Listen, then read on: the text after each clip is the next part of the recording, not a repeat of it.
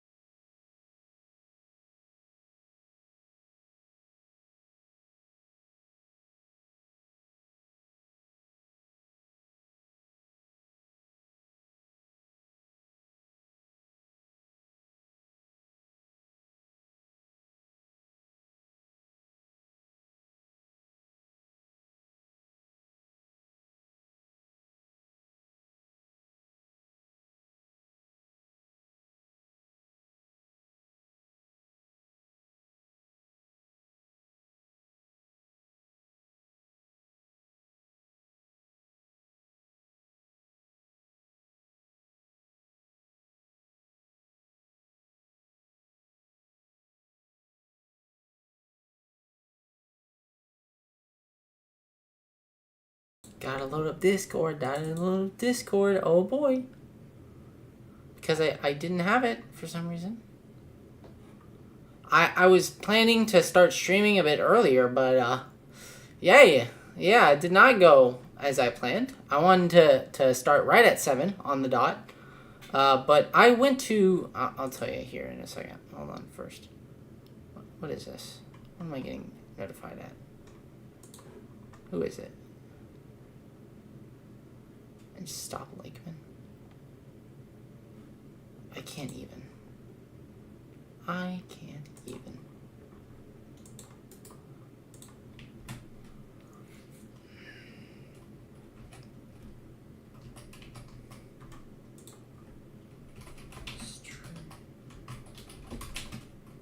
Come and join me. Do I still have my audio up? Yeah, you guys can still hear me. Isn't that awkward? Haha. Anyway. I'm streaming. Come and join me. Yeah, there we go. Alright. Why doesn't it pop? Okay, there it is. It do be that way. Hold on. Let me see. Going into this server now. Oh boy. Love being a small creator. You gotta promote yourself on like 25 different Discords just to get some people in. But that's okay. That's okay. That's okay. I'm all good. I'm all good with it. This server. Gotta go to this server. Gotta go here. Gotta sell my soul to the devil. Don't worry, it's just the average Tuesday for me. Let's go. Should I post it in Creation Station? Believe it or not, I am in Muller's Discord, which is really something. His Discord really is something. Alright. I think I'm good. Hold on.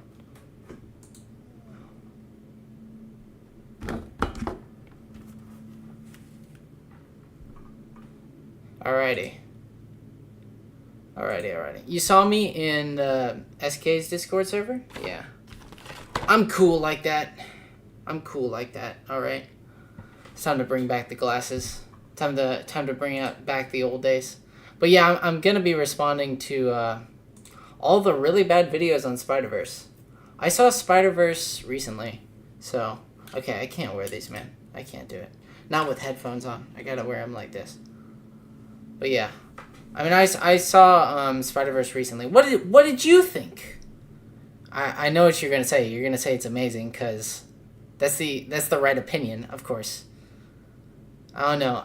I just don't see a universe where we actively think that movie's bad, you know? I just don't. It's weird. But yeah. Oh well. But yeah, we're going to be doing this stuff. I'm doing it before SK. Before even Thumbcast does it. Because as soon as that Thumbcast does it, it's Joe over at that point. There's no coming back from it. They've already soaking up all the content. But since I'm here and I can stream on my own, I can outdo them. I can be cool. I can be hip, like the kids say. You know, I can certainly try.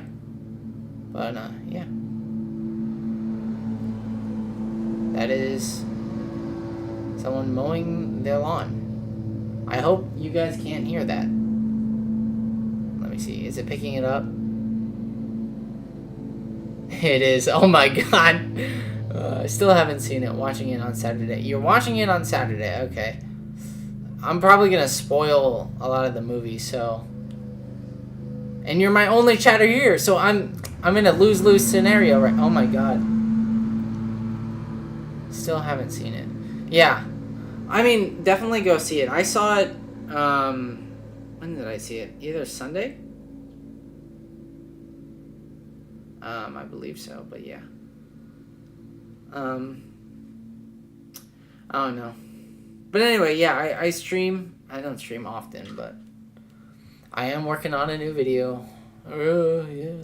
Thanks. But, it is what it is. Let me see. Oh, I forgot. Great, no.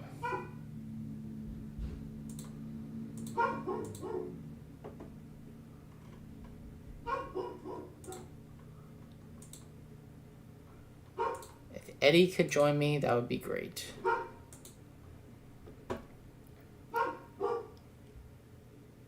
But yeah. Great, now you can hear the dog barking. Oh, that's just brilliant. Yeah, this is a professional stream. But yeah. Are you kidding me? Hold on.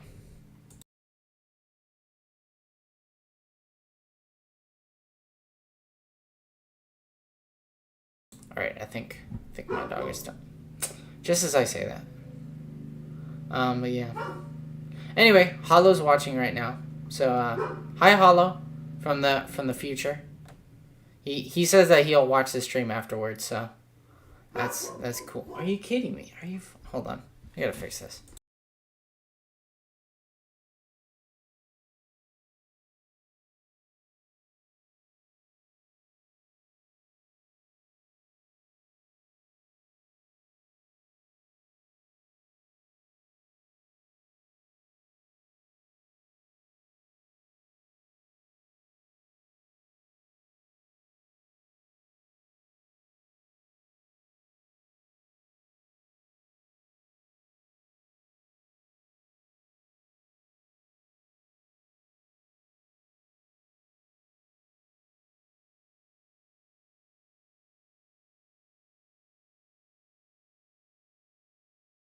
Oh, anyway, I was gonna start the stream earlier, but I went to a restaurant and we went there like at 5:30. Can you believe 5:30? And we got out at like 7.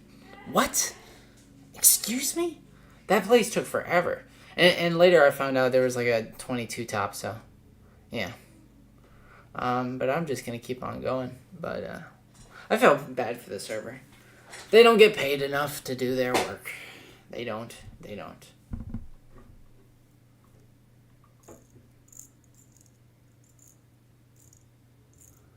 But yeah. I'm probably going to wait for somebody else to join me because it seems like the only person here just kind of left. Which is fair. They didn't want to get Spider-Verse spoiled. Which makes sense,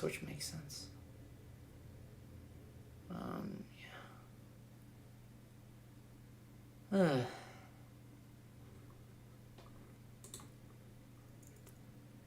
I really don't care about spoilers. Fix my enjoyment. I already know it's a decent amount. A lot of that takes. Okay, so you're here for the. So you don't mind the spoilers. Nice. That's good. That means you can stick around. Hooray! That's cool. I mean, spoilers can really, like, it depends on the movie, you know? Some spoilers are really ingrained into the story, you know? And then, like, when a certain twist especially gets spoiled, the whole thing is kind of ruined. But I don't feel like Across the Spider-Verse has the same issue. Like, not even close. Not even close, man. I feel like you can definitely enjoy that film even with all the spoilers and whatever. You can see the reflection off my glasses. Isn't that cool? Oh, man. I look like an anime villain. Hold on. Let me do that. Oh, wait. Let me pull. There we go. But anyway. But like I said, I'm doing this before Thumbcast, so here in a few minutes, I think I'm going to get started on just these ridiculous criticisms. I have quite a few videos lined up. I've got one from The Night Watch, which is Shady, or whatever, the sword guy. Man, he just, oof. Across the Spider-Verse made me angry. Like, I don't know, dude. I think that's because how it ended. But we'll get to that when we get to that. The next one up is Critical Drinker. I have never liked Critical Drinker. Even when I was, like, in the... Not even in, but, like, enjoyed EFAP, I could never get around to Critical Drinker. His content is just so bare bones.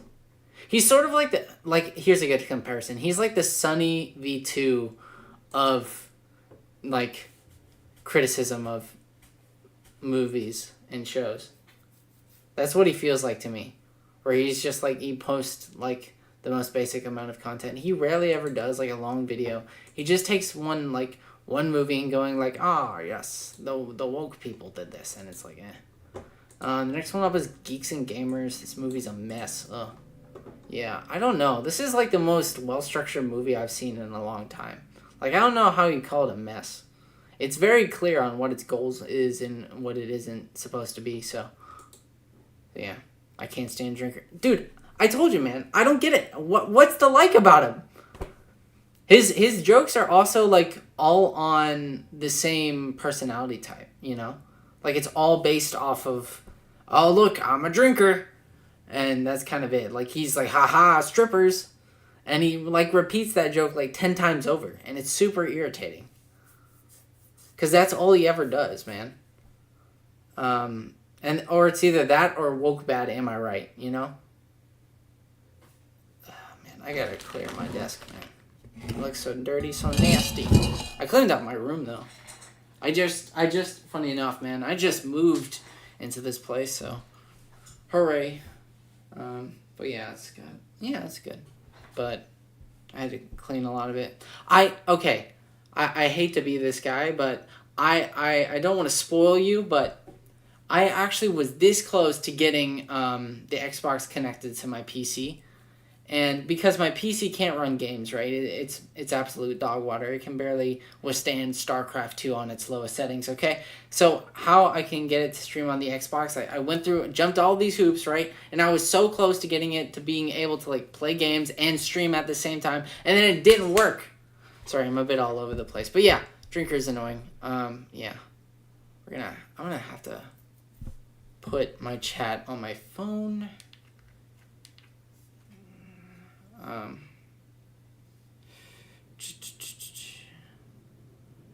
Look, I'm streaming on my other account. Woo!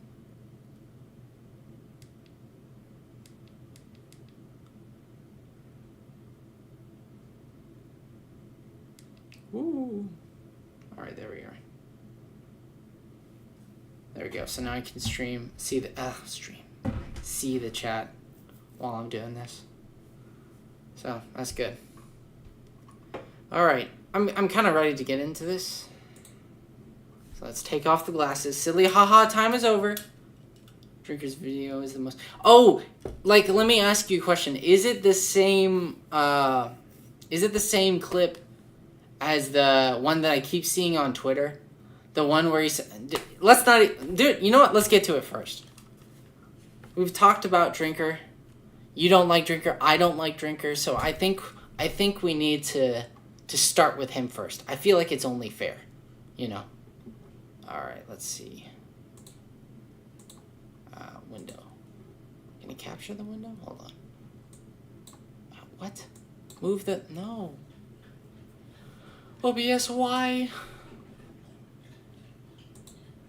No. Yes. There we go. Okay, so now I gotta... Let me... Why is it... Oh, because it's grabbing that one. Okay. Logitech cam. Can I move you? It won't let me move you. Hold on. Hold on. We got some technical difficulties up in this bitch. It's not 2. It's 1, right? Why? Hold on. Hold on. We're about to figure... Oh, it's... I had to unlock it. Yeah, that makes sense now. I was just me being stupid. That's fair. Ooh, look at me. I'm a box. I'm a box. Help me. Alright. Sorry, It's the part where he talks about Peter's characterization. Oh, no. Oh, no.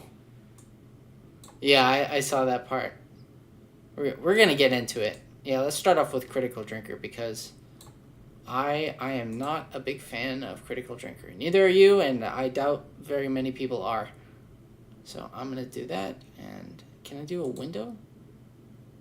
No? Okay, fine then. Oh, it's OBS! Run! Now you guys actually see how it takes place. Ah! I don't know why I'm feeling quirky today. It's my bad. It's my bad. Where is it?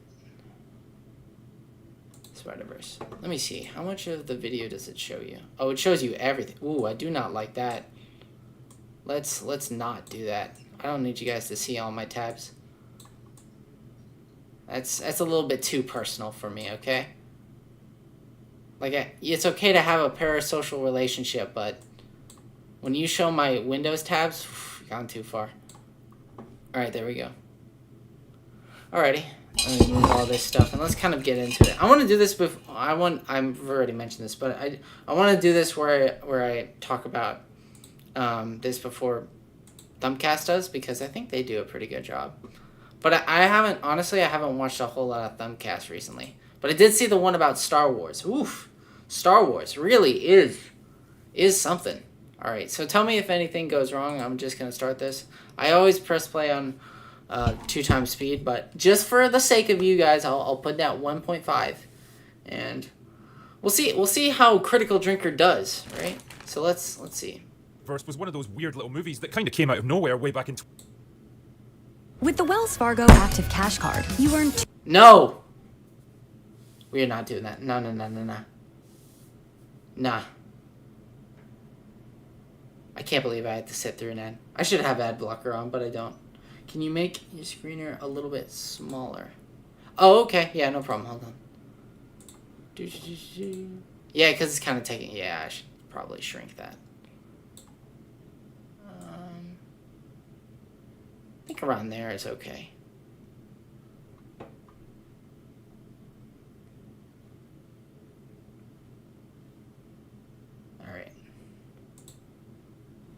Alright.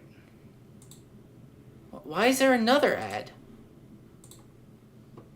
Oh, of course. It's the stupidest thing ever. I could respond to this with friends, but I was like, nah, let's just do it on my own. Let's do it on my own. Yeah, that's good? Okay. Alright. I'll keep it like that then. Just for you. Alright. Anyway, let's get started. Oh, let's get started with Across the Spider-Verse is imperfect, but brilliant. Oh boy. Let's see. Let's see what he has to say.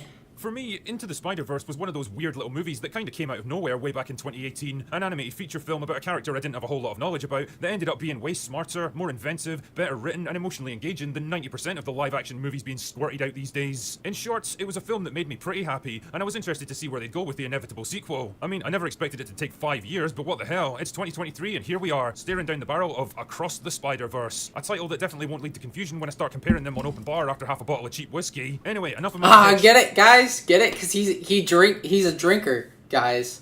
Do you get? Yeah. I know that might have gone over your head, but don't worry here. I'm here to explain.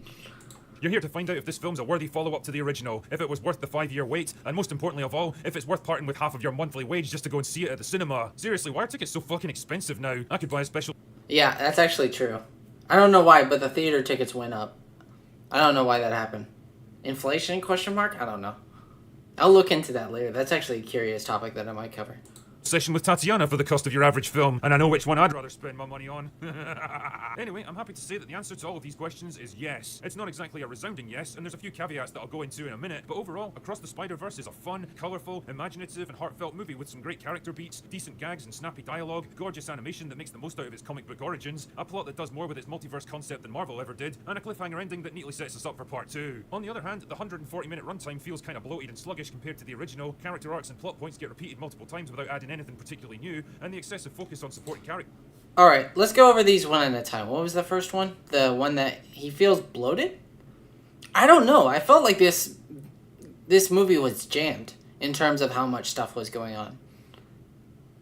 I guess it can take its time, but I don't know how that's a bad thing. The second one is like the beats are repeated. Yeah, because that's like the core point of the story. He's showing footage of his parents and the school or whatever, but that's kind of like the main focus of the whole movie. Like, yeah, we go back to it multiple times because it's like kind of the main conflict. That's the whole point, but I guess we'll have to wait for him to explain, but... times without adding anything particularly new, and the excessive focus on supporting characters at the expense of the protagonist starts to grate after a while. I mean, none of these issues are enough to derail the movie, but they do hold it back and prevent it from reaching the same heights as its predecessor. Anyway, strap on your gender-neutral web-slinging gear and let's talk about the plot, shall we? The film picks up about a year after the events of the first movie, with Gwen Stacy struggling to fight crime as Spider-Woman while keeping her identity hidden from her father. Anyway, she gets into a tangle with a villain from a different reality and ends up getting bailed out by Miguel O'Hara. Okay. I don't understand why Critical Drinker has to recap the whole story for like every movie he's ever talked about, because I feel like that makes sense if a breakdown happens, but whatever. I'm just gonna skip this part because it's really not worth it. With much the same problems as Gwen, until he ends up running into a brand new villain named Spots, a mad scientist out for revenge after Miles accidentally turned him into a walking portal gun at the end of the last movie. Now he's got the power to travel into different universes and plans to make himself even stronger along the way so that he can take everything that Miles took from him. Not good news. Needless to say though, Miles eventually hooks up with Gwen and the other spider people to track down Spot together, but when he finds out the true nature of the organization and the common threads that bind them all together, will he really want to side with them? And is there a way to change his fate, or is he destined to be like all the other Spider-Men in the multiverse? Now, I've got to admit, after the ridiculous bloated shit show of Doctor Strange 2 and Loki, I was pretty soured on the whole concept of multiverses and alternate realities, partly because stuff like that is so incomprehensibly huge that it becomes difficult for the human mind to even grasp what's at stake, but mostly because it was all handled so terribly. But to its credit, Across the Spider-Verse actually does a pretty good job putting all these grand ideas into context and grounding them in actual human drama with characters the audience cares about. It's crazy, I know, but it's amazing how much more compelling I feel like he's not mentioning No Way Home. I never understand why he yeah, same. I don't get it either. It's like it has no substance in the video. I feel like it's there just to drag runtime. But anyway, like I was saying, the multiverse concept. I feel like Spider-Man has had generally a good time with multiverse ideas, considering it was one of the first to pioneer the ideas of multiverses.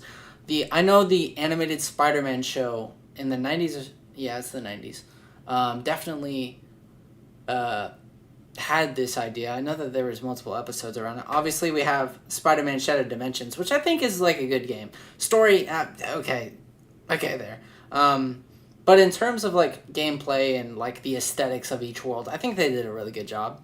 And now we have this. I think that Spider-Man has handled it better in some ways than I guess it could be, you know. But, you know, that's just me. But yeah. Oh well. I don't know. Let's see where he's going with this. story becomes when it's happening to people that you're actually invested in. Based on my limited understanding, Miles Morales is kind of a contentious character in comic book circles, but since I know precisely fuck all about that world, all I can really do is judge him as he's presented right here. And again, I think the script does a good job of fleshing him out as a distinct and separate entity from Peter Parker. Apart from sharing some of the same powers and basic personal situation, I never got the sense that he was just a tokenized carbon copy of a more popular character. And to be fair, the movie provides a pretty compelling explanation for why he's a bit different from every other Spider-Man out there, an explanation that'll definitely have big implications on the next movie. Gwen Stacy comes across as likable and good-natured and a decent foil for Miles. She's not some overpowered Mary Sue who can do everything better than him because feminism. She's just another variant of the Spider-Man identity, struggling with her own problems back in her own reality. And yeah, you could probably make the argument that she's given a bit too much screen time for a supporting character, but if my suspicion... I disagree. I think that she was given the perfect amount of screen time. But we'll see where he's going. Important character, but if my suspicions about the next movie are correct, there's a very good reason why they want the audience to get invested in her. I mean, it's not all perfect on the character front. I mentioned before that the cast is probably bigger than it needs to be, and Jessica Drew is a prime example of this. Well, okay, wait. Back up. I think that this was always into the Spider-Verse universe. Like, the first movie had, like, Spider-Man Noir, they had that anime girl, they had the Porky the Pig, you know? They had, like, a lot of different Spider-Men. And they, like, sure... It was a big cast, but they never put too much focus on the Spider-Man that they don't add much to the story, you know? Like, Noir's kind of a cool character. Let's just take him, for example. Is a cool character, but he's not like he's not like taking up multiple screen times of stuff. But his black and white, his brief backstory, how he talks in general dialogue and like what he says, you know, that's... As it is, you know, I think it's pretty good, so I don't understand why there would be too much of a big cast. You can work, like, it's not the Young Justice scenario where Young Justice has, like, oh my god, Young Justice has, like, 50 different characters going on simultaneous journeys. Like, that to me is bad, like, so many characters that you can't deal with. But yeah, that's about it. Anyway, tell me if there's anything wrong with the stream, and I'll see if I can fix it. But anyway. She doesn't really add anything to the story and just eats up screen time in an already bloated movie. Also, haven't... But, like... Uh-oh. Why is this the most replayed? Yo, somebody out here, they like pregnant women a little bit too much, okay?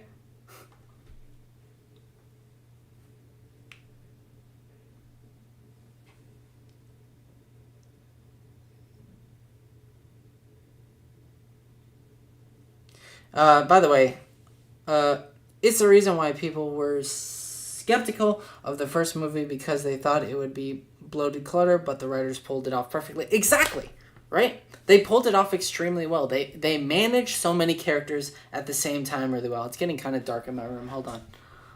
I'll talk while doing this. But, like, yeah, it's a big movie with a lot of characters in it. But I feel like the smaller characters get the smaller stuff, and then the bigger characters get the bigger stuff. Like, are they all going to be super fleshed out? I mean, probably not. But I don't think that was ever the point. The point is that you have a multiverse full of different characters with different identities, different races, different cultures, and you're just trying to put that out there, right? And playing with that concept. You don't need to have, like, a super in-depth understanding of all these multiverse characters, because you don't really need to. Hold on, there's a new chat. Don't watch Shad's Spider-Verse video. That video is 30 minutes of complaining about the Be Continued. Wait, this isn't a video about DMC the reboot? Yeah, no, it's not. But yeah, we're talking about that. We will be covering Shady's video. I won't cover the full thing because it's way too long for its own good. I've heard that he just rants, just like you said about the Be Continued stuff. But if so, anyway, also, hi, smiley face, hi. Anyway, but yeah, we were just talking about that. Anyway, guys, there's got to be some conspiracy right here. Why is this the most replayed? He's not making a good point. It's just footage of the pregnant lady. This is, guys, I think some people need to calm down, okay? They've had a little bit too much. All right. So I'm getting to the most dreaded part of that I don't want to get into. She doesn't really add anything to the story and just eats up screen time in an already bloated movie. Also, having a heavily pregnant woman trying to ride a motorbike and do action sequences is never going to not look fucking ridiculous. Also, I can't shake the feeling that the script is doing everything in its power to play down Peter Parker, like it's afraid Oh no, here it is. the audience will somehow start rooting for him over Miles if he's shown to be too capable and confident. The first movie portrayed him as an aging, burned-out loser who only redeems himself at the end, while the second film morphs him into a bumbling, hapless father in a pink bathrobe who for some reason keeps taking his baby along on life-threatening adventures despite having a perfectly capable mother at home to look after it. Is this some weird attempt to mock and belittle the Spider-Man that most people know and love, who incidentally just happens to be the only straight white man in the entire movie? I don't know, man, it just kind of leaves a sour taste in my mouth, that's all. The scenes between Miles and... Okay. So, there's so much to unpack in that stupid clip. So, like, I don't think they try to put him down as a means to... Because, oh my god, because they, like, are like, oh yeah, he's a white straight male character, we gotta stop that, alright? We gotta give him the worst lines. We gotta do that. Like, I don't think, it's like, it's crazy to me how some of these anti-SJWs believe that there's some conspiracy, right? That every white straight male is, like, being attacked, you know, by some sort of standard, by some sort of way, and they're being oppressed, right? It is the most ridiculous thing. Guarantee 90% of the stuff that happens in the writings room just happens, right? If they say character's black, they just go, why not just make her black? And the characters go, okay. And that's usually how it goes. I mean, sure, I'm not doubting that companies want to take advantage of diversity, but it's because it makes them more money. Like, corporations just in general, the people at the very, very top are usually right-leaning. But whatever, we're not going to talk about that. And then the other thing is Peter Parker. I completely disagree. Peter Parker has some of the best lines in this movie. Talking about, like, his redemption arc in the first movie was extremely good. Because he went from, oh no, he's pulling a DMC the reboot. The whole point of his arc is that he's a lonely, kind of pathetic person that wears his Spider-Man suit but doesn't really do a lot of Spider-Man stuff. And just in general has given up hope. And by the end of the film, we see that he's changed and become a better person because of Miles, because of other people in his life, because of the journey. And he understands what he wants to do. And in the second film, that gets reinforced by saying he wanted to have a kid because of Miles, you know? And we get to see that redemption. And now we get to see what he looks like with a child, which is super cool. Again, we don't get to see this often with Spider-Man. Poor Peter Parker doesn't get to be happy. But... you know, it's ridiculous to me. I feel like what they did with this version of Peter Parker hit the nail on the coffin because not the nail on the coffin, but like hit the nail on the head per se, and went with something that was not only an interesting choice for the character, but they also in a way that sort of redeems him and makes his character overall worth it. I still say he's one of the best characters in the movie. Anyway, the amount of information he gets wrong in this part is crazy. Yeah, I know. He's really, like, making it out to be, like, Spider-Man somehow, like, was ruined and they hated the character, which is just not true. Oh, my God. I agree the anti-SJWs is cringe. The worst example of this is companies forcing diversity in the Disney live-action remake. They could change characters and race and give them zero personality. Dad Peter is the best Peter. Yeah, exactly. Like, I'm not denying that corporations will take advantage of diversity and stuff. That's normal. You know, it's just gonna happen. Sometimes companies just pander, and sometimes they hit their audience, and sometimes they don't, you know? But, like, I don't know if this applies, you know? Both anti-SJWs and SJWs are cringe. They really are, honestly. It's funny because, like, nobody will associate with the SJW anymore. Also, hi, Percival. Hi, Percival! I feel like nobody uses, yeah, I'm an SJW. Nah, that has been burned to the ground from, like, 2017 to, like, 2018. Because it's just got run into the ground. Nobody wants to go with, yeah, I'm an SJW, and people will just shut down at that point. Spider-Verse is different because it cares.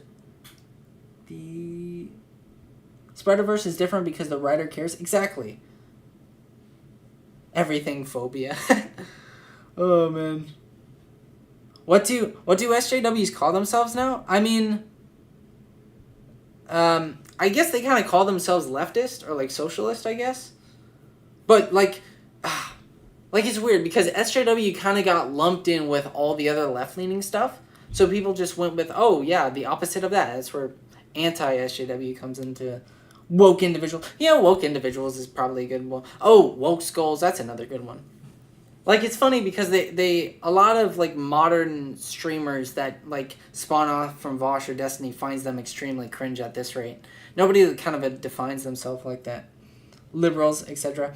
I mean, I don't know if I'd say that liberals and woke people are the same per se. Like, I don't know. I feel like lumping everybody into like a certain idea or something is a bad idea. I haven't heard much about SJWs recently. It's mostly anti-SJWs. Yeah, because the pendulum swung. Like, we went from the SJW... Okay, you're going to get me on a whole rant here. And, okay, everybody listen. I want you guys to take notes because this will be on your test, okay?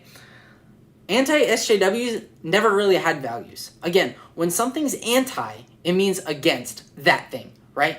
It's not because you have certain core values that you adhere to. It's a reaction based off other people's, values and core principles, right? So basically, when there's no one left to fight, when SJWs kind of disappeared around the 2019, 2020 era, right, and they left, there was nothing for them to do. So now it's just anything that's slightly woke or like left-leaning is now defined as something that they go after, right? They have nobody to fight. I would say, this is going to be kind of cringe, but I think that anti-SJWs were somewhat needed, okay? From when the Amnesia Sarkeesians came up with all these stupid videos, right? And I can see why people would gravitate towards that way. But now it's just on the other side where there's no SJWs left because they're either like in their own little hives or they split off or whatever, and anti-SJWs have nothing to fight for, so they just fight over stupid shit like this. You know what I mean? Ugh, anyway. Diversity because of diversity is a thing in threesome. So the Little Mermaid wasn't bad. I enjoyed it, but can't be drawn anymore. Yeah. Anyway.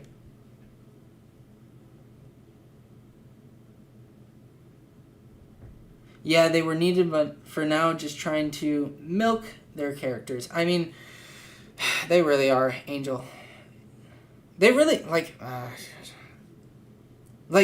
they were, at first they stood for, well, they never did, really.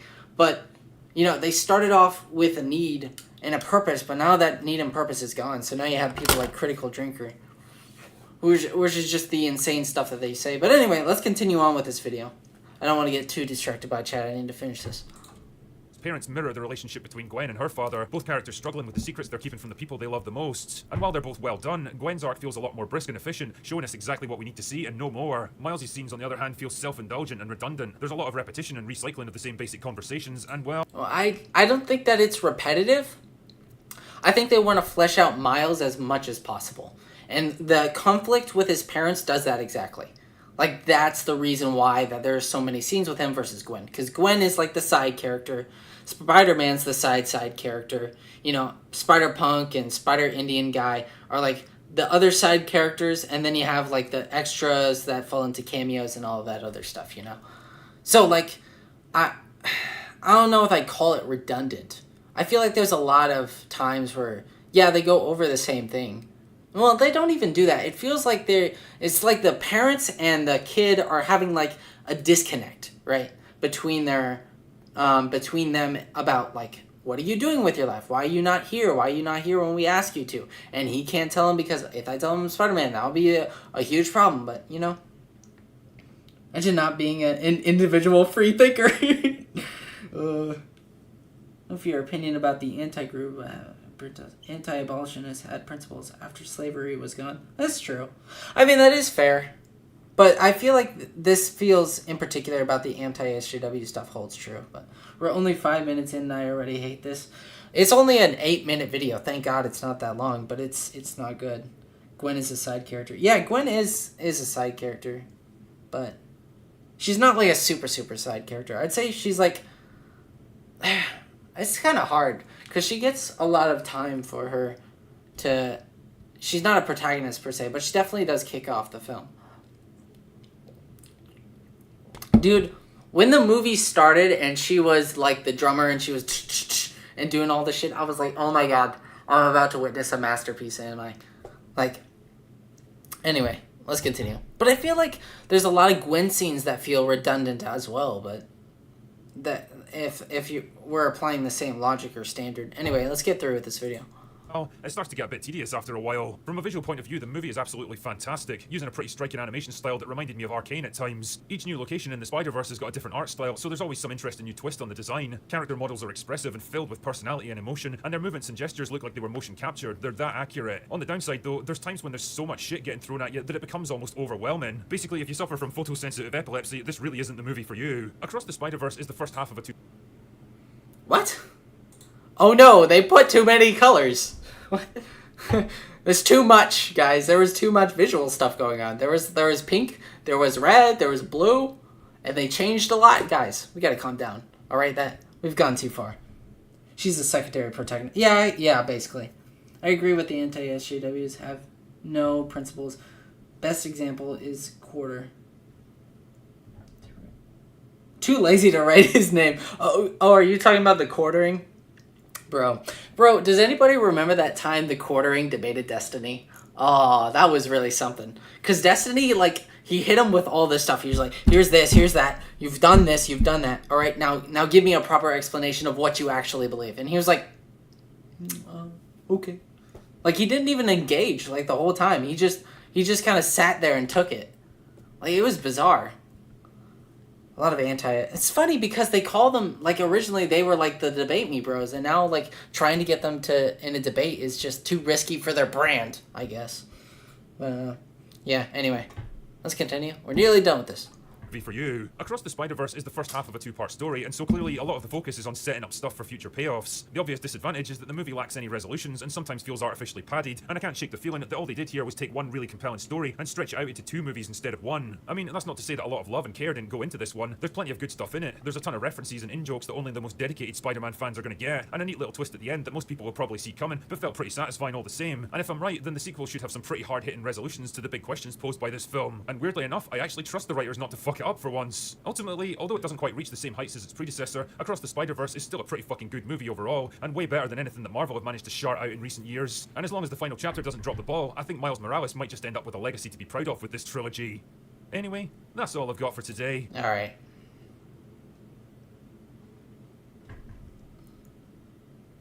What's your thought on the movie ending with the 2 weeks? Okay, so here's the thing, right? Funny enough, here, let's move to the next video. By the way, trash video, 0 out of 10. Okay, it wasn't that bad. But just that one take on Spider-Man was bad. He did not understand the character very well. We're going to go with the Geeks and Gamers next. But, like, the to be continued doesn't bother me. Because, like before this, I watched a lot of Netflix shows. Well, not Netflix shows, but, like, a lot of shows that were serialized. And I realized, like, the ending is kind of the ending it needs to be. There's, like, I don't know how to explain this. Like, you don't need to fill out everything that you've done before, right? Not everything needs to be ended at the end, you know? Not every conflict needs to be solved, you know? When I was younger, I appreciated episodic storytelling a lot more and feeling like, oh yeah, it should have a clear story and there should be a clear end. But, like, over time, as I've gotten older and I've seen more shows that actually really work with longer stories, I feel like sometimes you just got to do it just to make the story work, you know? Sometimes you end up with a story that just needs to be split into 2 parts, you know? And I feel like while that may feel disappointing, the to be continued might feel disappointing in the moment, when it comes together and comes to fruition, if the 3rd movie's good, which I bet it is at this point, and it ties together, then I feel like that criticism's, like, null and void. It's sort of like how I feel with DMC Devil May Cry's color-coded enemies and stuff, where, like, oh, this problem, but, you know, we have a thing that, you know, completely, you know, fixes that problem. And it's like, well, you know, that problem's not a problem anymore. You know what I mean? It's just the to be continued argument is just very dated. Because as soon as the next movie comes out, that argument is irrelevant. Like, it doesn't apply. Unless you just somehow saw the first movie and just, like, God himself came down and he was like, nah, you can't watch the second part, right? But that doesn't happen, so I'm not bothered by the be continued. I saw the video for 2 seconds and turned it off. Oh man, That video was more empty than a can of soda. That video was very bad, but I think there's worse coming. Yeah, Geeks and Gamers really ought to hit us with the 1-2. Does GG vid include cringe skit of? Did you like Miles? Oh no. Oh, it better not, dude. I have seen so many people say that Miles Morales is Miles Morales and not Spider-Man. If I hear it one more time, I'm going to take out my guitar and just... Okay. Alright, hold on.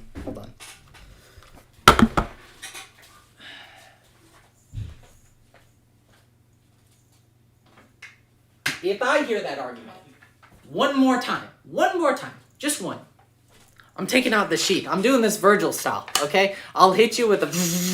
And then I'll close, and then your blood goes everywhere. Because I'm so tired of this argument, right? Anybody that takes up the mantle is Spider-Man, right? Like we don't say, oh yeah, Jason Todd was just Red Hood all the time, right? We say that Red Hood once was Robin and became Red Hood, right? It's a mantle thing. When there are mantles that get picking up. Like if Dick Grayson, like if Bruce Wayne died tomorrow, right? Just died completely, right? For some reason in the comics. And then Dick Grayson takes over as Batman. Dick Grayson has now been Robin, Nightwing, and now he's Batman. It's a mantle. It gets passed down. Like, this is so weird that we're having this conversation in Marvel characters when DC characters have been doing this for like 13, 20 years at this point. I feel like, you know? Anyway.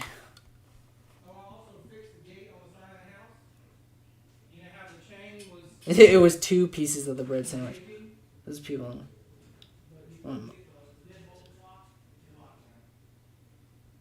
Yeah, Miles, I do agree, for confusion's sake, I feel like he should have a different, like, spider name, you know what I mean?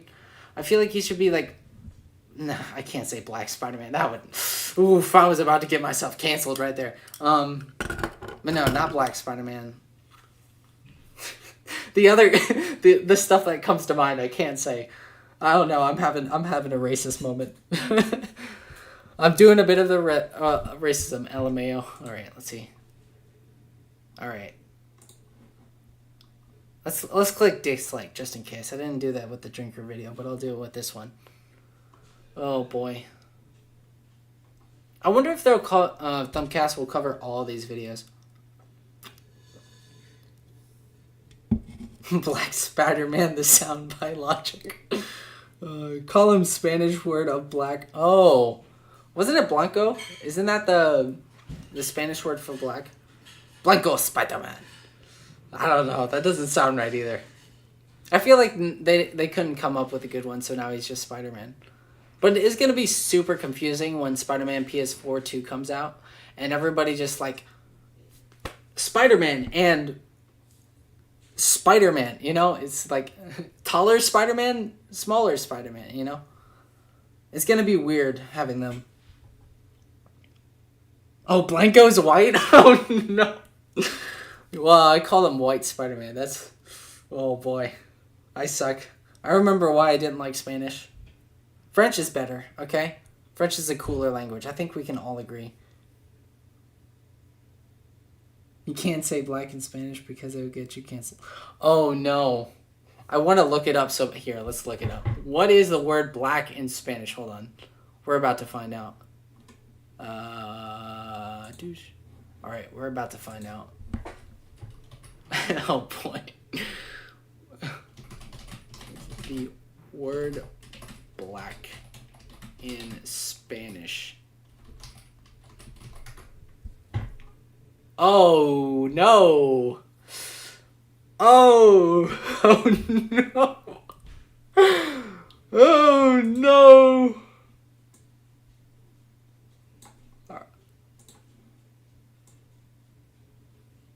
Oh no. I don't. Oh boy. Well, we figured out what it is. Oh no. Oh man. No, I'm not gonna have the Google voice say it, okay? I'm not going to. Oh man. Alright. Let's get into the Geeks and Gamers, because I know his was pretty bad too. He always has some really stinky takes. So let's hear it. What's up, geeks and gamers? Mike and I are back from the multiverse once again to give you our spicy review for Spider-Man Across the Spider-Verse, which is about Miles. There's more than one guy doing this thing? I thought there was just the one dude.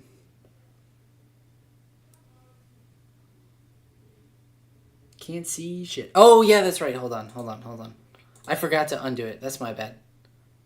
There we go. Now you guys can see. There's more than two? I mean, there's more than one guy? Are they just, like, crazy?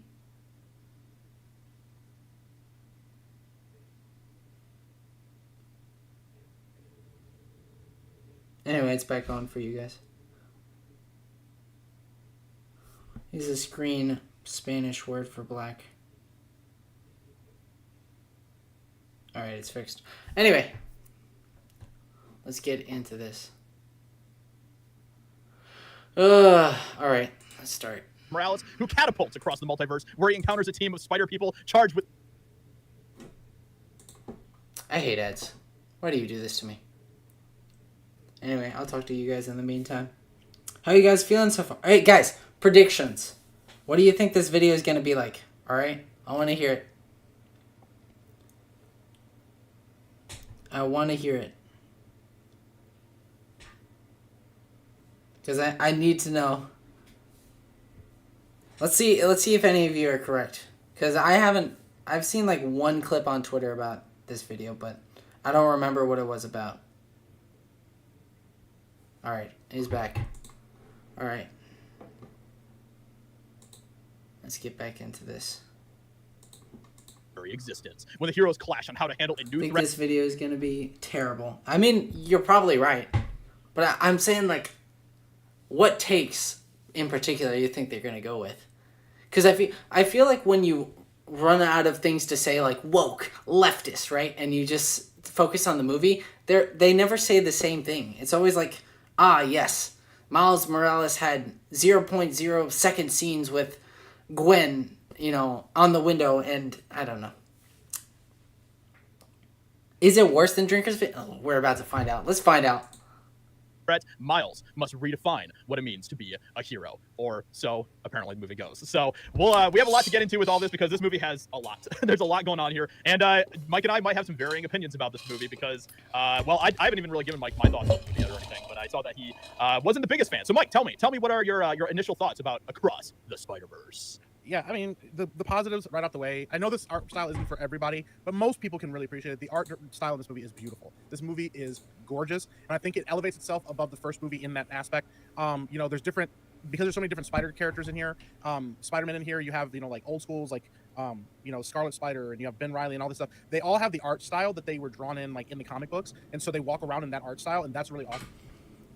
Is you gonna say Gwen is trans? Complete the circle. Oh no. Like, guys, here's something that I don't understand, right? If Gwen comes out today, or if Phil Lord and Chris Miller come out, and they say, yeah, Gwen is trans, or the opposite, they say, Gwen is not trans, it doesn't change anything. Like, I don't know, nothing, like, in her story really matters if she switched genders or not, if she's trans or not, so... I don't get why people are harping on this. I don't get why Twitter was obsessed with it in the first place. Because, like, the coloring was the trans flag or something. It's bizarre. Yeah, that's my question too, man. Where is the main dude for GG? I'm thinking Gwen is trans because some colors. Yeah, I don't get that either. Nice headcanon, bro. Probably gonna say something about the movie being bloated and sluggish. I mean, I don't know. I don't know why, but I really do like, you know, movies that take their time with their characters. Like, don't do an A24 where, like, the only thing that really matters is, like, the last 20 minutes, but, you know, like, I like character-driven stuff. Because I just, like, the older I get, the more action scenes just don't impress me anymore. Like, I don't know what else to, like, be attracted to anymore. But let's continue. Awesome. Kind of like Spider-Ham, he's like, cartoon, but not as corny. Like, there's actually some gorgeous art styles in here. The movie plays on that a lot, and I really enjoyed that part of it. The music is awesome. The action set pieces are crazy and really, really, really cool. Lots of web-slinging action, all of that. But to me, here's the but. honestly, the movie suffered kind of a death by a thousand cuts. There's a lot of little things that they throw in this movie that just grate on you after a while with what they're doing, because it's like for every cool, awesome plot line about Miles and what he's going through as a character, there's like another smaller plot line where somebody's complaining about capitalism or What? Okay. I'm gonna. Oh boy, this is already worse than Critical Drinkers video. Like, that's only from Spider-Punk, and let's just make something clear for some people in the audience that don't get it. All right, Spider-Punk is like supposed to be the joke of the rebel. Like, he's supposed to be the guy that's like, I'm anti-capitalist. It's the whole like thing, a part of his character. It's not because like the Phil Lord and Chris Miller want you to take up Tiki's torches and start to burn corporations down. That's not how it works. He's just a fun take on that kind of character, you know?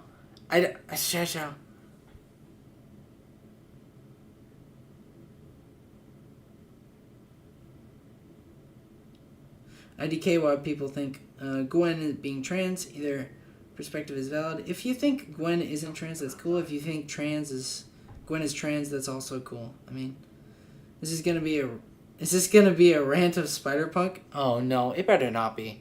Okay, guys, I'm gonna say it. All right, I'm gonna say that I'm gonna go nuclear here. All right, I thought he was kind of hot, like just low key. All right, all right, just no. Okay, I'm not. Okay, I want to say I'm joking, but I'm not. He's the coolest character. He's got the cool hairstyle. His art style maybe runs at like 13 FPS because he's like probably playing Redfall too much, and like the low frame rate, kind of infected him. So like, I didn't like his frame rate, but everything else about the character is just so sweet. The fact that he also helps Miles and Gwen at the end is perfect. It fits in line with his character, but also like, it not only is his character like sort of a character and he has some of the best jokes in the movie, he also ends up being a helpful figure for Miles, and that also goes with his character. Spider-Punk is a pretty goated character. Better with or without the mask, dude. I think both are equally cool, but I do like the hair. It's so cool. His like afro kind of ish, sticking out in different directions. He's got like the piercings. Oh, that's so neat. He's such a good character design. I really just enjoyed his character design. They just were like, you know what, just go ham, and make him hot too. And I was like, yeah. I mean, I'm just saying, guys. Mohawk? No, I didn't say Mohawk. Imagine. Although him with a Mohawk, that's a tough one. That's a real tough one. Feeling like he should be. Anyway, but Spider-Punk was such a fun character. Let's see what they go with. You have another, there's like all these little things throughout the movie, and there's like I will say there's a character in here who's supposed to be playing like a British anarchist, like, punk rock character. Oh no, they are going there. Oh no. But because they're like modern day, it doesn't really work. It just sounds like they're complaining about a bunch of things that everybody already complains about. It's like, it's not counterculture. It just feels like annoying more than anything to me. I wasn't really a huge fan of the character. Like, then you're annoyed of a caricature of that character, It's not even that he's mad about, like, he's not mad about, like, the character's actions or, like, the character scenes or the character's dialogue. He's just mad at the fact that, this guy doesn't give me the right vibes. He's saying anti-capitalist stuff, so he doesn't do it for me, right? It's not anything to do with the substance of the character. He's just like, oh, he spit some stuff about anarchism. Not my movie, Uh-oh. Alright, there we go. What the fuck? They're all from different dimensions, bro. And different time periods. Exactly! Exactly, Percival. Oh my god. Fucking hell. My throat is already hurting from all this. I've been doing too much yelling today. Yeah, so I don't know, man. It just feels like kind of a lot of the elevation and a lot of things they did better this time around. They also did a bunch of things worse that were just annoying to me, that irritated me enough to take me out of the film. Also, the plot's kind of all over the Guys, imagine watching a movie, seeing Spider-Punk, and then seeing, like, the baby, like, you know, take a crap, and then he says, taking a crap on the establishment, and he gets so mad he just walks out of the theater. He's just like, I've had it. This character doesn't like capitalism. I'm out.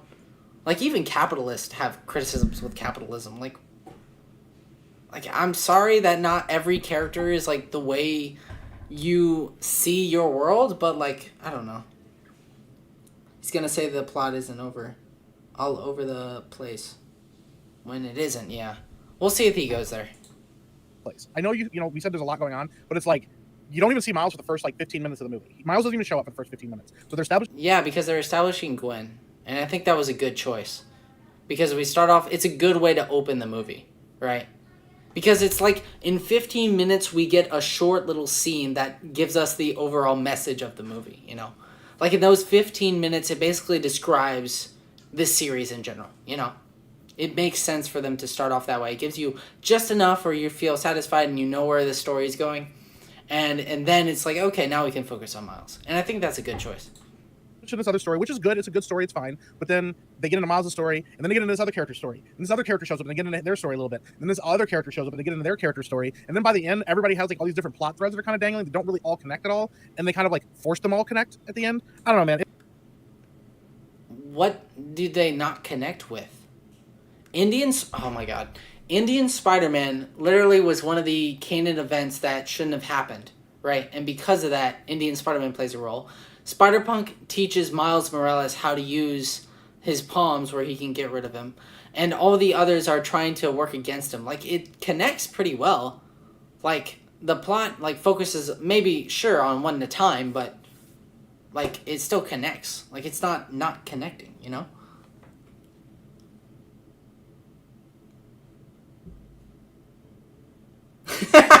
Oh, man. I gotta read this comment. How much do you want to bet if Punk Spider-Man said communism was cringe, he would have called Punk revolutionary and groundbreaking? He probably would. He would have, like, he's just sitting there in the theater and he's like, guys, communism bad. And he just sits there and goes, oh, brilliant. But because he says, I don't like capitalism, it's suddenly a bad movie. I don't know. There's a lot of movies that don't start with the main character. Yeah, exactly. You don't need the main character to start off the movie. Punk isn't even a communist either. He's just a free will individual thinker. Exactly.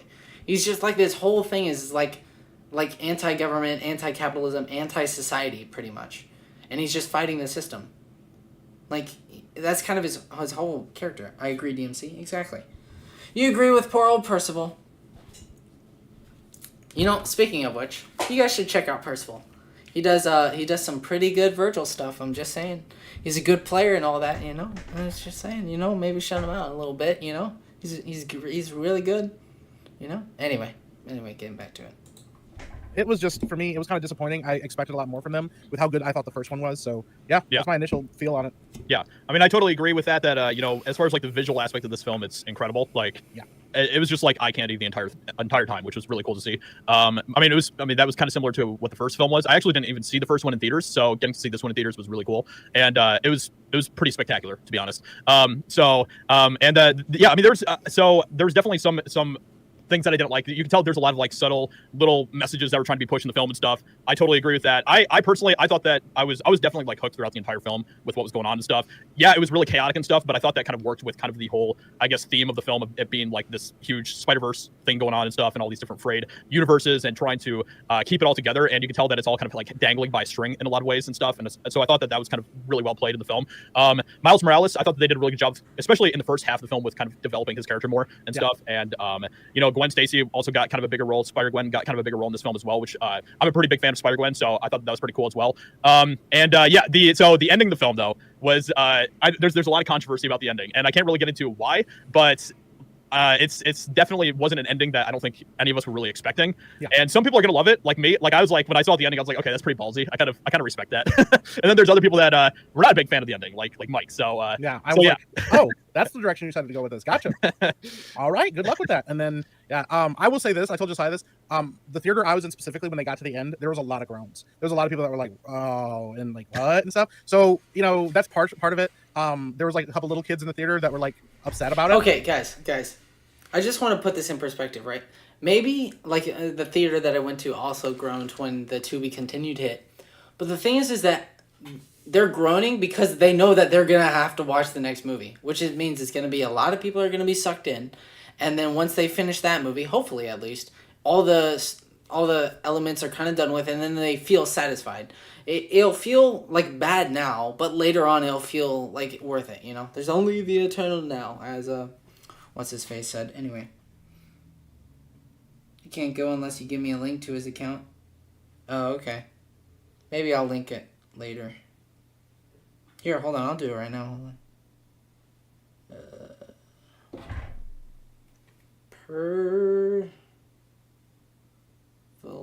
I spelled Percival to the life of me. No, not Persona. Typed Persona too many times. Whatever. I'll do it later. Just stick around for the end of the stream and I'll take it right. My theater also groaned at the movie ending. I mean, yeah, exactly. Like, I think everybody, like the normal viewer that just wanted to see a movie, got super invested and then got the hook right at the end. Persona TMC. Oh, man. Yeah, Percival, the Persona player, as we all know. Man, speaking of which, I've been playing a lot of Persona 3 Portable. I hope at Summer Game Fest the Persona 3 remake is real. Because that game really deserves a remake. It feels like the most wanted, but, Anyway, back to what we were doing. Like they're like, what is going on? Like little kids, and I was like, wow, this is kind of nuts. You guys are kind of mad about this. But yeah, I mean, it's one of those things. Other movies have been like that. I guess I just wasn't prepared for what they were trying to do with it. And like you said, without spoiling it, you guys, if you're curious, you have to go see it yourself. I will say this: one other thing I really liked about this movie, it's probably one of my favorite aspects of the movie, was Miguel O'Hara, Spider-Man 2099. Yeah, he's played by Oscar Isaac. He's actually pretty great. Like they try to play him as kind of this like this figure. He's like kind of good, kind of bad, or whatever. He's got some mystery around him, but he's actually pretty awesome. And he's also kind of the leader of the Spider-Verse, and they kind of make that. Okay. While I have you guys right here, right now, I want to ask you guys a question. There was a scene in the movie that I remember vividly where he takes down the Da Vinci bird and is nearly he takes out his fangs and nearly starts to bite him, but he gets cut off. I feel like that's hinting towards something greater in the next movie, because I feel like that's too throwaway. That's too important to like throw away. So maybe they're hinting at that he's more like a vampire than we initially thought, or he's less heroic than we initially thought, or that he's gonna have a twist at the end, or he takes out bad guys the way that he feels like he wants to. So, anyway. Saying the movie ends on Be Continued counts as spoilers? I don't think so. I mean, I knew this movie was gonna have a To Be Continued because I knew that there was a third one. So, like, I wasn't shocked when it hit me, but, everybody else was. That's kind of the problem. I feel like they should have just said part 1 on the actual poster and, went with that.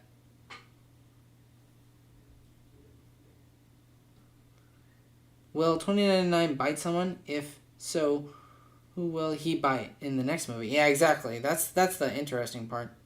Gale is chaotic good. He's to inject himself with Spider-Man serum to keep his power. It seems, yeah. 2099 is like a super interesting character.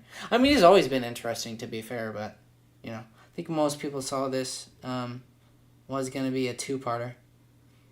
Yeah, I feel it. Nah, I disagree, actually. I think the average moviegoer that, like, oh yeah, I saw the 2018 one when it came on to Netflix or whatever. Oh, I saw it passingly. Oh, I saw it in the theater last time, and just walks in there and it's like, yeah, I'll buy a ticket for this. Doesn't really connect with the social media stuff, like, around the discourse of this movie, and just goes in and then just like, oh, the 2 week into what? So, especially towards the end of the movie, because the end of the movie really makes you feel like there was gonna be something about to happen, but anyway, let's get back into it. Obvious why you get to see very quickly why he's the leader of the Spider-Verse. Yeah. But yeah, there's some weird things. Also, and this is maybe not the elephant in the room, but it was one of these ones for me. And I will say this is probably one of the biggest distractions from the film. Oh no. They have Spider-Woman in this movie, Oh no. and she is pregnant. Oh And no, guys. literally her costume is just a leather jacket and yellow goggles. And she is a massive part of this movie. She is in a lot of scenes in this movie, and it is very distracting because they immediately address that she's pregnant, and Yeah. then they go on to have these action sequences where she's riding on a motorcycle and jumping off of things. At one point, she gets thrown into a moving vehicle, and I'm like, "You're pregnant. That's not what pregnant people do." And they're like, "Well, I'm Spider-Person." What? Okay, so how do I say this? I do think that is a bit of an issue, like her fighting while pregnant, but I don't know. I feel like even if you are pregnant, Spider-Man wouldn't, or Spider-Man, Spider-Woman, whoever, right, wouldn't let up that opportunity, right? Like to me at least, if Spider-Man was injured, right, in a critical battle, he wouldn't just stop going outside and stop doing crime, you know? It's like, yeah, that would be bad for your health. I was like, well, yeah, it will be, but it's not exactly the same thing, but you generally get where I'm going with it. It's not that I say I necessarily agree with that decision, but I feel like it's a weird thing. Imagine thinking logically. Imagine thinking logically for a Spider-Man movie. I mean, you can have logic. This movie definitely has like a form of logic, but you know, Spider-Man movies have always like played around with, you know, mechanical rhinos and all that. And you're like, what? Also, and I'm being nitpicky with this. I don't really, but this is my thing. Oh, no. When you get to the Spider-Verse, you know, obviously there's a lot of crazy different characters. Characters like Spider-Ham and things. You see these different characters that are Spider people, and you're like, oh wow, that's nuts. There are a lot of fat Spider people. Oh my goodness, yes. Okay, so I saw this part on Twitter, and I'm going to say the same thing that I said here. Every Spider character is trying to be visually different than the other. Like, as all the Spider men and women that you see are all want to be different looking, right?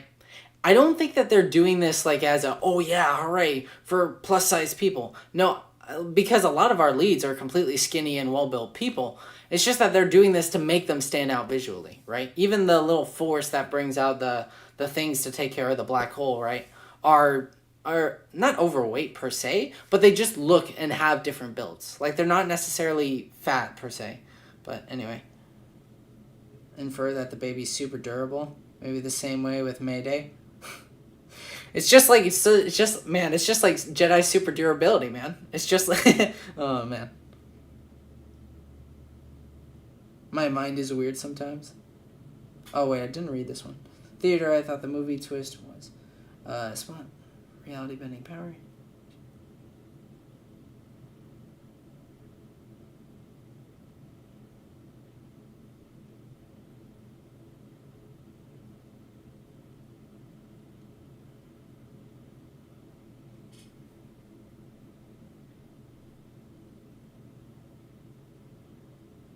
Oh wait, we're talking about man. Oh.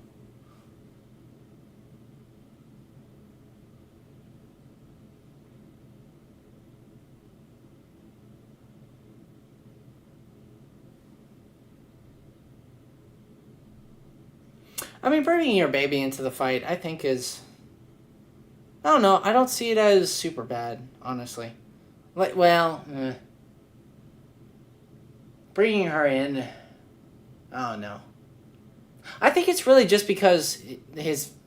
You know, the baby's father just wants to be with the baby. You know what I mean? I feel like the reason why he brings May into these fights... isn't because he expects there to be fights. He just wants to carry her around. Even in the movie, when the first chase happens, he's like, take a picture, right? This is her first chase, right? So, anyway, let's continue.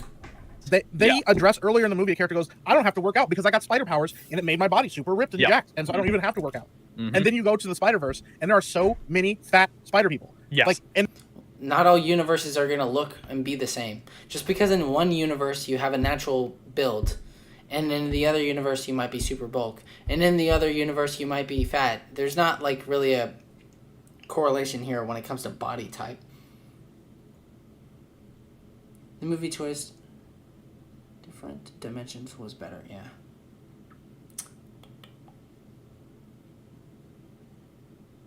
Anyway, continuing on. And they're just like massive guts. They're not even different body types. Like it's one thing if it's like a sumo wrestler spider, and you're like, oh, okay, that's just no. They're just fat. Yeah. And they're just like, yeah, that totally makes sense. And I'm like, well, it kind of makes sense. During some of the action sequences, why they're not capable of doing certain things because it's just like I get they were trying to go for like anybody can be a spider person. I'm like, yeah, but if you get bit by a radioactive spider and you're scrawny and it gives you muscle, you'd think if you were fat, it'd make you a little skinnier. But no, apparently you just have a massive gut. There's one character, and a lot of people, maybe people. Guys, let me just put this into perspective, right? Why is it a massive, like, leap of faith to say that there's fat spider people when there is literally a dinosaur and cat version of Spider-Man? What? It isn't. What? Whatever.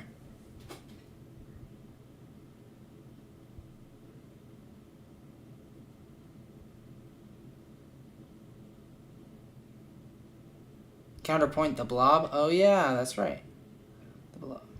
Some people on Twitter saying that the same thing that happened to Gwen in The Amazing Spider-Man could happen to Mayday, but that's incredibly unlikely. Yeah, I don't see that either. Plus, Web Slinger is there. Yeah, isn't that the cowboy version? Oh yeah, that's the cowboy version with the horse and everything. I don't know. It's so, like, why is that a massive leap of faith? I don't understand. Like, oh no, they're plus sized, but the spider dinosaur, yeah, leave that one. Like, what? People may notice him right away. There's a character that is like extremely obese that they show in the movie at one point, and they make a point of stopping and letting you see this character, and then they like get into like a suit of spider armor, and I'm like, yeah, but you still gotta like move around, and like you're very fat. Like, Yeah. like it's not like I'm skinny or anything, but it's just so obvious like that they're trying to go for this body positivity thing that it does kind of detract a little bit from like Yes. the coolness of the spider characters. Yeah, But- there's definitely a lot of those kind of like subtle messages that were sprinkled throughout the film that definitely detracted a lot from it for me too. I mean, there was a lot of moments where I just rolled my eyes and was like, okay, this is just ridiculous. What's going on here? Obviously, people know about some of the controversies that we saw even from the trailer of like subtle messages and signs and stuff that were put into it just from the trailers and stuff. Yeah. And they definitely pushed it even further, even beyond that with some of the other stuff that they did in this film. And that is definitely a big negative for me as well. You can tell that it felt like in a lot of ways like Lord and Miller kind of wanted to push it into more of a woke direction, but they didn't want to have a backlash with it, kind of like with they wanted to still keep it kind of consistent with what they did with the first one and stuff. Yeah. And so there's definitely a bit of a conflict there in the film because of that. So some of the characters, Guys, I don't think it might be a 10 out of 10 movie, but guys, in the doorway there is a sign that said "Protect Trans Kids." That brings it down, man. It went from a 10 out of 10 to like a 5. Okay, too much. All right. You may have had good characters, a plot, proper story beats, proper dialogue, but guys, you had protect trans kids. That's too far. That's too much. Peter is clearly taking good care of Mayday, so if she was big fall Peter, we know to rescue her as soon as possible. Yeah, I think so. Ryder killing Peter baby is character is the most. Peter can never be. Nah, I doubt that Mayday will die, because I don't know if they had the balls to kill a baby. I don't think that they would go through with that. The movie using rest in power instead of rest in peace. I prefer the second one personally. Thoughts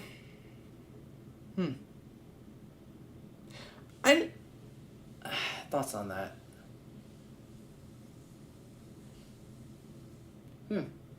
I never really thought about that one too much, honestly.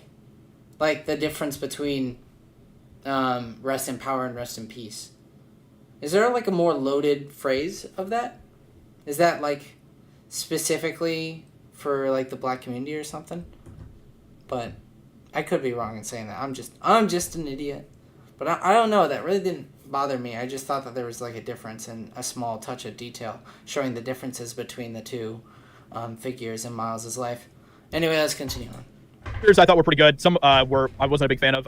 The thing that I probably appreciated the most about the film was before Miles Morales got into the Spider-Verse and all that stuff, and it was just kind of like him and his family and kind of that whole dynamic and stuff. I thought that for the most part that was pretty well done in the film. Yes, I agree. Yep. So and even just going back to like some of Lord of Miller's other stuff as well, like the one about like the robots and stuff. What was that called? Something about the machines. It was a film that Mitchell was on Netflix. versus Machines. Yeah. I don't remember. Yeah, it was, but that movie was really well done and stuff too, and the family dynamic of that was really well done. So yeah, but overall, it's really tough to say because to be honest, like I think that just from a visual standpoint, I think that this film is worth seeing in theaters. But I know that this film is not going to be for everyone. So that's kind of where I stand on it. I guess I would say that for the most part. Okay, people that say that this movie, I feel like that's like a blanket all term for like certain like people, like when they run out of things to say, it's like, well, it's not meant for everybody because it's not negative, but it's not positive either. So you just kind of throw that on there. But I disagree wholeheartedly. I think you can't say that about this movie because I feel like this movie's literally made for everyone. Like, you got the cool action, you got the cool art style, you got the great characters. Like, you have things that like are 10 out of 10 in near everything. Dude, I was listening to the soundtrack last night and I'm still blown away. Like, I don't know. Like, it's only for the people that are looking for things that they want to push politics into. But anyway, when I see politics in a movie, I just roll my eyes. I mean, it depends on the movie. Because if it's like has a political message in it, like it really depends. Is the story based around politics? Does that play a part or anything? But anyway, IDK, why a lot of writers seem to have this obsession with Peter being miserable. Dude, I don't know why either. Why can't he just be with Mary Jane? I don't understand this. They did the same thing with Batman and Catwoman, where they tease it, oh, like, he's gonna get married, guys. He's gonna do it. And then, like, they break it off because they're like, no. We can't let it. Like, they were gonna, like, the writers of Batwoman were gonna have her get married to her girlfriend, but no, we can't have that. Like, I don't understand why comics want to make them miserable when there's clearly a market for that. But on the flip side, we did get to see Wally West and his family be happy, which is nice. I see a lot of pictures of that, so that's super cool.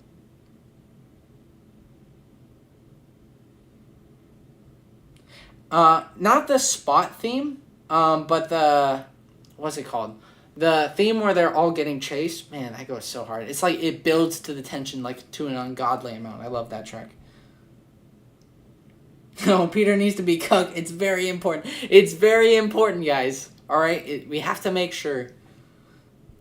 Something in the way. Well, anyway. All right, let's finish this up. And then we'll move on. I think we'll do one more video and then we'll call it quits. Or if you want a visually stunning film, I think that is worth checking out in theaters. If that doesn't mean much to you, then I would say just skip it. Yeah, I will. It's a weird. They threaded a weird line with this, honestly, and I would say visually, yes, it deserves to be in theaters. There's also an attention to detail in Spider Canon where they kind of address the fact that certain things have to happen to be Spider-Man. They kind of do away with anybody could be Spider-Man, and it's more like as long as you go through these very specific things that happen in your life, then you can be a Spider-Man. I kind of like that. That they address that. They kind of address some of the controversy of like, oh well, a multiverse means anybody can be Spider-Man. It's like not necessarily, and I dig that part of that. But overall, like, yeah, it's a mixed bag. I would say if you're a fan of the first one, if you love the first one, you'll probably love this one. You may notice some things if you're really like burned out on superhero movies, or you're like, I'm not really that big of a Spider-Man fan. Maybe wait to rent it and watch it, at home. But if you're looking for something to watch in the theaters, it's worth a watch. Yeah. Probably one of the best things. I feel like I was burnt out on a lot of superhero movies because the last movie I saw in theaters was Shazam. Fury of the Crap. Man, that movie. Oof. That movie is not good. Oof. Yikesies. Yeah, that movie's not good. And I felt like I was gonna have there was a worry in the back of my mind of like, oh no, this probably may burn me out on superhero stuff just entirely, but it completely like did the opposite for me. So, who's next? This was a fun live stream. I love watching 10 people or less stream. Oh yeah. Lower view. Dude, that's the thing that I like about lower viewed streams is that you can just have dude, I remember I made a friend called Unfit Cheetah on Twitch. I saw him play Hellblade and I was like, I'll follow this guy. And then we just kind of became friends, and I was in my teens. I was like 16, 15 even. And I made friends with this like 30-year-old dude. He was super chill, man. He was super cool. He put up with all my BS, but I don't know. That's what I like, having the individual connection with the streamer versus just LW poggers. I just hate seeing chat spammed over and over again. Like, it's not worth it, guys. It's not worth it. How bad will the new Flash movie be? Dude, that movie's gonna be awful, man. I used to be so hyped when they showed off the concept art at DC Fandom. I was like, oh yeah, this is it. And then like we get the trailers and the CGI, and I'm like, oh no, this is not it.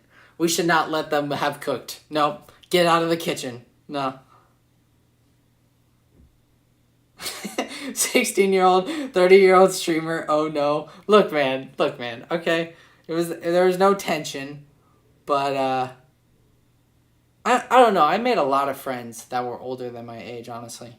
Like when I was younger, I used to make a lot of friends with my teachers and like people like that, more so than I did people my actual age. So anyway, let's finish this up. This weekend. But yeah, if you were apprehensive about this movie probably won't win you over. And if you're really excited about this movie, you'll probably have a great time. And then the ending will be kind of the kicker, whether or not I think it'll either sell it for you or it won't. And for me, it didn't personally sell it for me. So that's kind of where I'm at on it. Yeah. I will say, going into this movie, I was not excited about it, and I thought that it was going to be, honestly, I had very low expectations for this film, and my expectations were far surpassed by this film, at least as far as that goes. So, but yeah, so let us know in the comments below if you've seen this film, what you think about it, and Let's do something weird, guys. Let's read the comments. It's not an ending, it's a cliffhanger. This was the first cliffhanger. Oh my god. How many... He's in absolute chins, amazing, great time. And even it's the very first movie, this guy focusing on the wrong things. That's pretty good.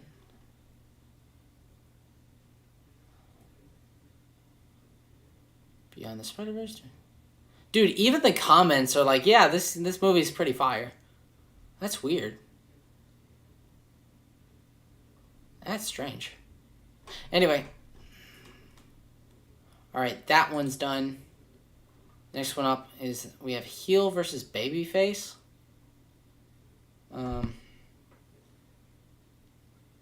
They don't seem to be negative per se, but they seem like they like the movie though.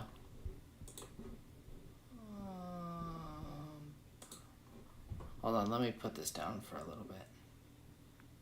No, anyone but him. Okay, here's the question. Anybody in chat, who wants to... Which one do you guys want to see?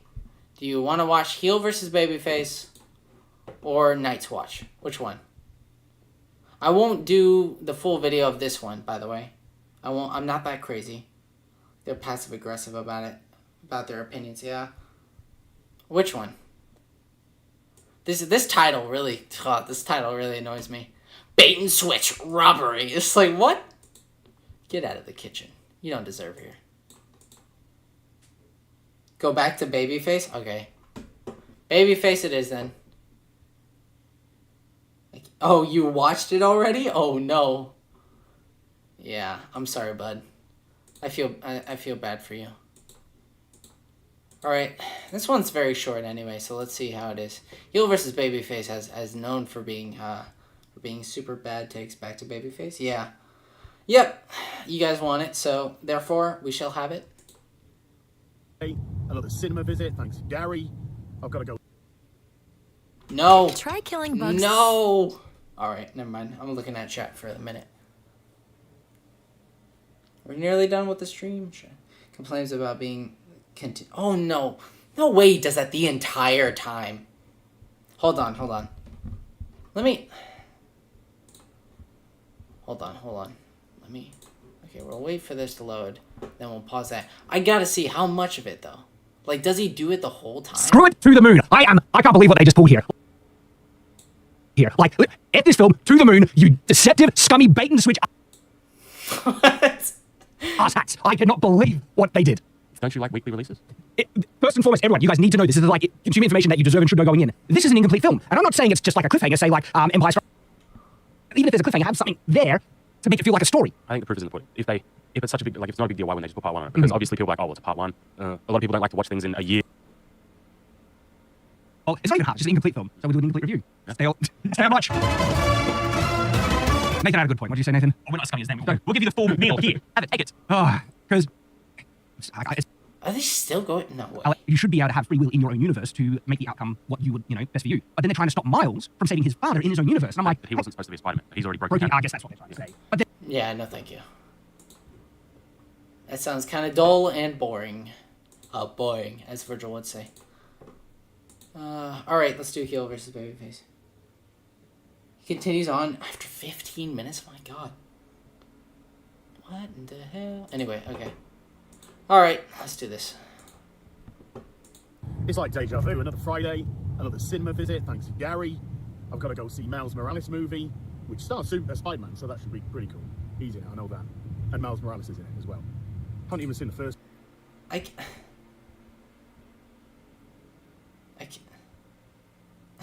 Why?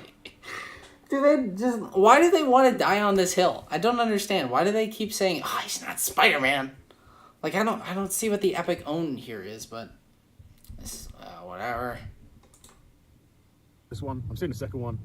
I don't want to see it, but I've dragged my mate today, so we're gonna have to, really, aren't we? This time. Bro, you know what's annoying? Hold on.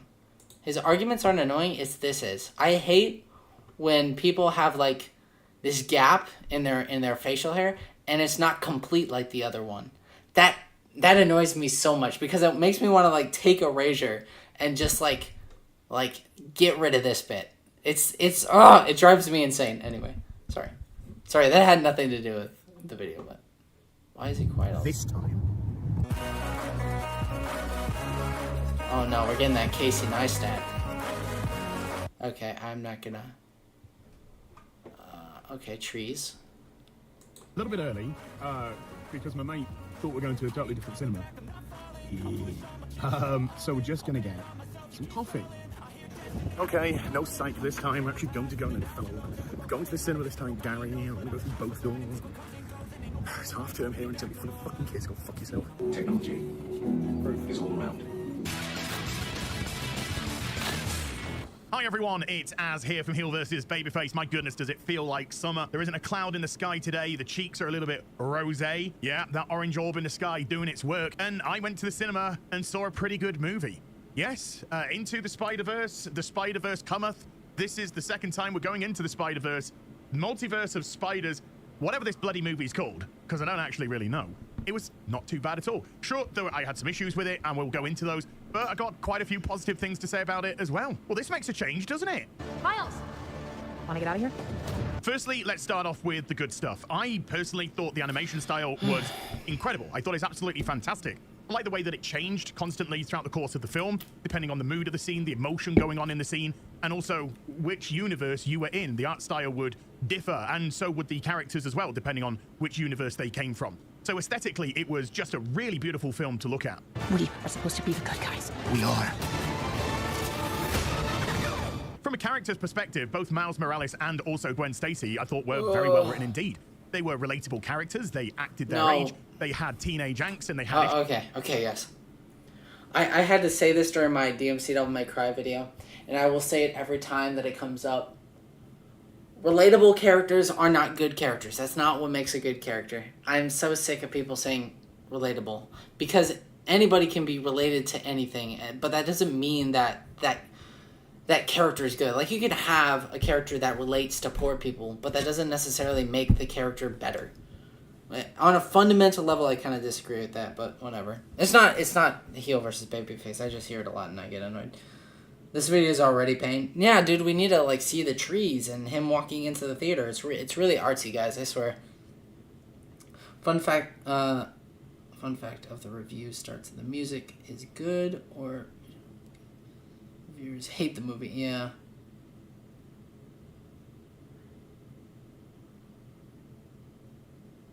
Anyway, let's continue. Issues that come with family and, of course, their powers.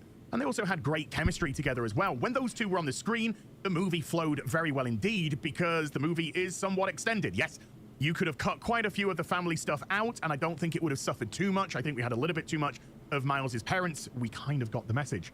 Miguel, who was one of the antagonists of the movie, or seemingly so anyway, he had a rocky start because he had to be emasculated a little bit in order to push the pregnant Jessica Drew, who was by far the worst character in the film. Absolutely. Guys, they're not even consistent. Like, 1 second they're like, oh, Spider-Punk, I can't believe he says F the establishment, guys. And then on the other side, it's like, oh, it's a pregnant woman, guys, and she's black. What? But yeah, you're right. The pattern that you notice is correct, though. Oh, my God. This is weird. But she's like, it's so weird, because she's she's not really in the film all that much. She's like a very, very supporting character. Like, I don't know why, whatever. I don't know how Miguel got, like, demasculated. He was, like, masculine the whole time, basically. He was literally the dark, brooding one in the shadows. If they make jokes around that, that's because they make jokes out of everyone, even of characters that take themselves too seriously. So, the movie flow will indeed... Babyface, can you use more than 5% of your brain? I think it's impossible. That's too hard for him. He just sits there and, like, 5%, and he's just... You've ever seen that meme where it's, like, 1 + 1, and then, like, his hair is, like, on fire, it's, like, smoking, you know? And just thinking about this one math equation. Anyway. A character can be relatable, but they can be poorly written. MCU Spider-Man is a great example. Yes, exactly. He is relatable, but he's still extremely poorly written. But that's because MCU Spider-Man sucks. I mean, just in general, Spider-Man has not had the best go of it when it comes to media. But he was the Chad. Exactly, 2099 was the Chad in the movie. Like, I don't know. Anyway. Abysmal, and a pregnant Spider-Woman is just as stupid as it sounds. It translates to a woman who's absolutely reckless and irresponsible and doesn't care about the safety of her unborn child. It's not remotely... All right. Let's see if he does this to Parker B. Peter B. Parker. Let's see. Empowering, it's daft. But let's go on to Spot, who is the Nope, antagonist, the main one of this film. And that was very well done indeed. He starts off as a bit of a clown. Give me your money. So are you like a cow or a Dalmatian? A bit of a extra and something just for Spider-Man to toy and play with to make us all think he's great and wonderful. But as the film progresses, so does this character. And by the end of the movie, they are in a very different place. It's great to see a villain actually having growth. And it's great to see a villain that is portrayed somewhat as a joke early on, certainly coming across as a threat and a major threat at the end. You have a choice between saving one person and saving every world. To me, that's an obvious choice. Having not seen the original, I don't know how they portrayed Peter Parker, but in this, he's a bit of a clown and a bit of a joke. He's walking around with a pink robe and pink female slippers on while babysitting his daughter. It comes across again as rather stupid and emasculated, and let's just say this movie does seem to have a bit of What an do you issue mean with carrying around your baby is like the most masculine thing you can do? I feel like just taking care of a baby saying, yeah, I have had sex before. Yes. You know? I feel like... Never mind. I don't know. People always make fun of edgy characters all the time. People have made Blade or Ghost Rider for being funny and edgy. I mean... he's going to complain Peter wearing pink... Really? Why, though? Like, I just went over that, but, like... Why? That's such a cool part of the design, because no one else in this movie wears pink. Like, it's very rare for pink to be shown.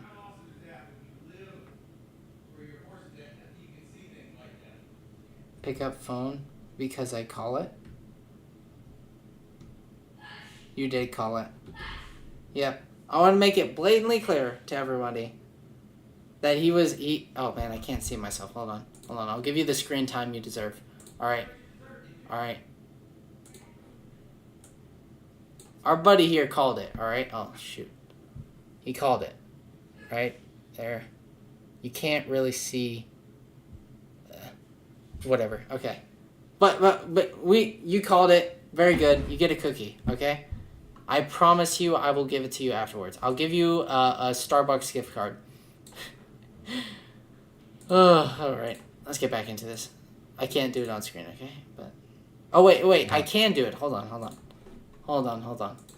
I can do it. See this? Yeah. There you go.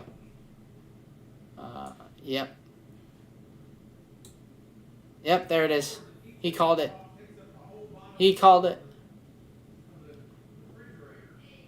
I don't know, man. Why does it matter that he wears pink? I don't know. Why does that matter? I don't get it either. Man, Thumbcast is gonna have a showtime with all these. Did you bring our baby to another fight? I knew I was going to regret making her that web shooter. You asked me not to, so I wouldn't. As regards to the main brunt of the storyline, it revolves around Miguel, and his futuristic group of spidery people, spodery people, as they try and repair incursions in the multiverse. Yes, it does sound a little bit like Loki, apart from this isn't boring as shit and absolute dog crap. No, it's relatively interesting as to what's going on with these multiverse incursions, and when all the story fits into place and revelations are made, then you do begin to understand more the motivations of certain characters. It all makes sense. And with, of course, Miles and Gwen, in my opinion, being very likable characters and pushing the narrative forward, with a good, strong showing from Miguel once he gets his rough beginning out of the way, it does make for an interesting story. I do think, however, it is slightly bloated. There are things which could be cut out, and a movie that runs at approximately 2 hours and 10 minutes long, it certainly could have done with trimming a good 20 minutes off that runtime, and I don't think we would have in any way been incapacitated as to what they were trying to say. It needed to have a little bit more discipline in that regard. Another major positive for me was the soundtrack. There were some excellent music pieces in this. I don't know where this bloated argument comes from, but I don't feel like it's very accurate. I feel like every scene has purpose. We have certain conflicts that go back to it, but like, I don't know, I felt like this movie had perfect timing. And yes, by the way, you are famous. There you go, buddy. You are number one. But like, I don't get this argument. Why is it bloated? Why? How? How is this bloated? Do you guys think it's bloated? Because I don't get that argument. How's it bloated? I feel like every scene made sense. Whatever. Film really married together well with the action, the tone, the mood of the character, and it helped the movie get its whole atmosphere and ambience. It was the first time in a long time with a Marvel product that I actually felt as if it had some artistry to it. It felt like there was genuine care and attention in putting it together and how things should feel and how things should flow and how things should sound, as opposed to the conveyor belt of shite that we've had from Marvel since the beginning of Phase 4 with their live-action movies. I can hear you being quiet, Mom. I hope I didn't ice your game, man. No one my age says those words in that order. As regards to negatives, I've got to call it how I sees it. There did seem to be a concerted effort to put as few white people in this film as possible, particularly... Oh, no. No! Guys, imagine if he watches Black Panther, right? Not Black Panther, the superhero movie. I'm talking about what is it called? Judas and the Black Contract? Something like that. And he just sees black characters, he's like, no, where are all the white people? No! he just explodes on impact. What isn't...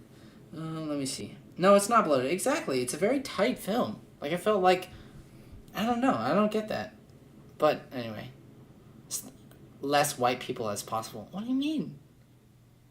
I don't... Oof. I guess he forgot who Gwen Stacy was, you know? She kind of started off the movie, but, you know, whatever. White men, every white man was portrayed as a joke, from Peter and his emasculation through to Ben Reilly, who had this over-exaggerated angst about him. And if it was attempting to be comical, it certainly didn't hit the mark with me. And for a 10:30 showing in the morning, my theatre was about a third full, which was pretty decent, I thought. And there wasn't that many chuckles to be had, just the odd one here or there.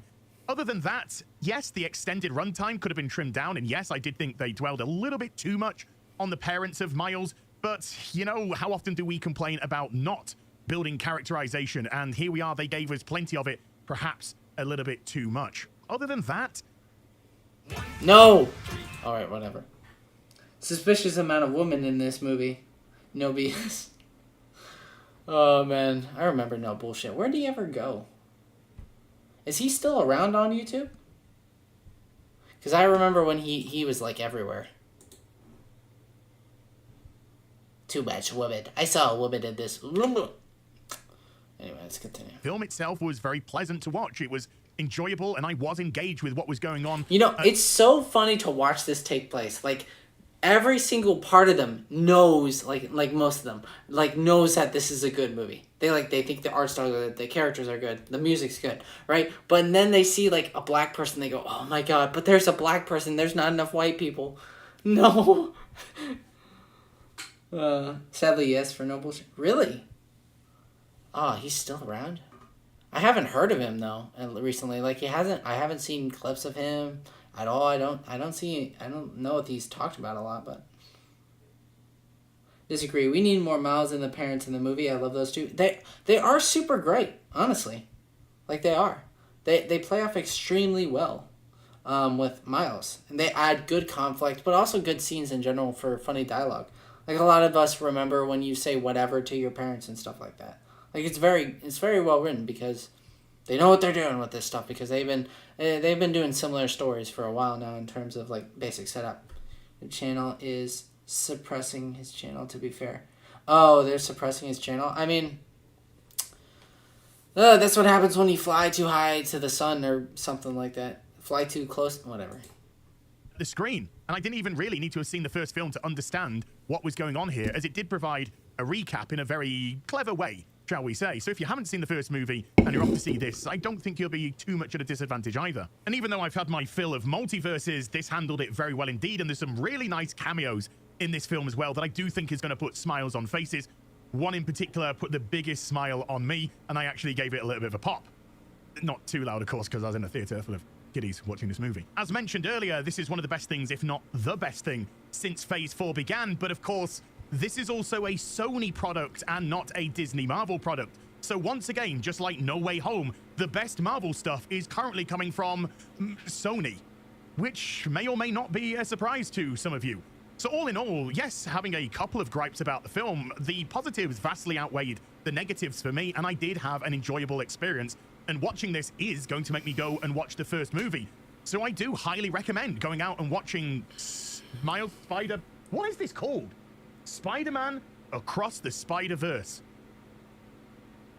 I'll see you in the next video. You take care. Bye for now. Well, that was something. Well, that was our last one. That's kind of it for me. Sorry that I don't have a second monitor. Let me mute the desktop audio. I'm really sorry about that. Hold on. Adjust this. Adjusting. He's gone too far, Captain. Whoosh. Anyway, I'm just gonna hang out with you guys for a few minutes, and then I'm heading out. That's it.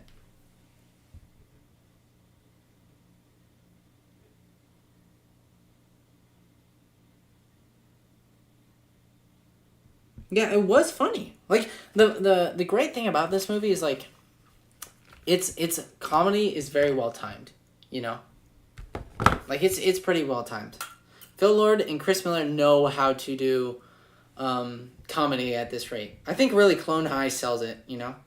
If anybody of you have seen Clone High, I highly recommend it. It's a really good series. I haven't watched the reboot yet, but I really do want to. I've heard some criticisms, but it still seems like a good show. The movie is that Sony movie. It was a massive coup, purely because he called Sony work. They made BLM theme for Spider-Man PS4. Woke! It's woke! It's woke, man. That's too much. How long have I been live for? Nearly 2 hours. Oof, that's too much talking for me. Ooh, good lord. By the way, while I'm here, I'm here to shill for my channel, alright? This channel will be getting a what's it called? A video. Yeah, believe it or not. It's going to be on Redfall. It is clocking in at about an hour long. And it's going to be real good because Redfall is a garbo. It is really bad. It's probably one of the worst games I've seen in a while, honestly. It's really bad. But yeah, I've got that video up. The next video I plan to do is either going to be DMC3 or Injustice: Gods Among Us. That's the plan.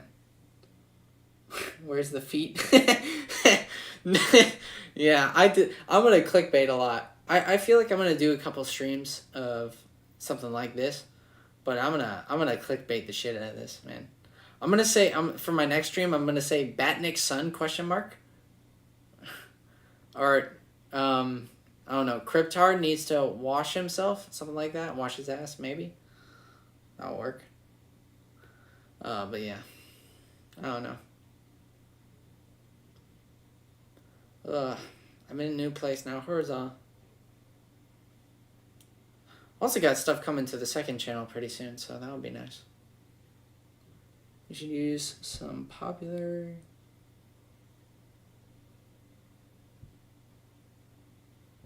I don't know.